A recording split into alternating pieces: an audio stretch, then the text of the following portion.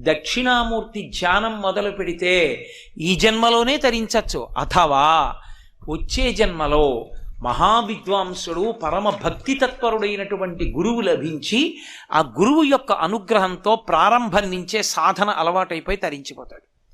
తప్ప కోట్ల జన్మలు హీన జన్మల్లోకి వెళ్ళవలసిన అవసరం ఉండదు. పాపరాశి దగ్ధమైపోతుంది. అంత గొప్ప స్వరూపం. ఆయన ఏమీ చెయ్యక్కర్లేదు, ధ్యానం కూడా అక్కర్లా. ఆయన వంక ఓసారి అలా చూస్తూ కూర్చుంటే చాలు, తరించిపోతారు. అంత గొప్ప స్వరూపం.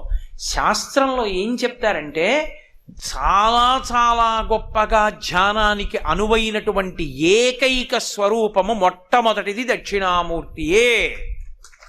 దాని తర్వాతే ఏదైనా. ఎందుకో తెలుసా?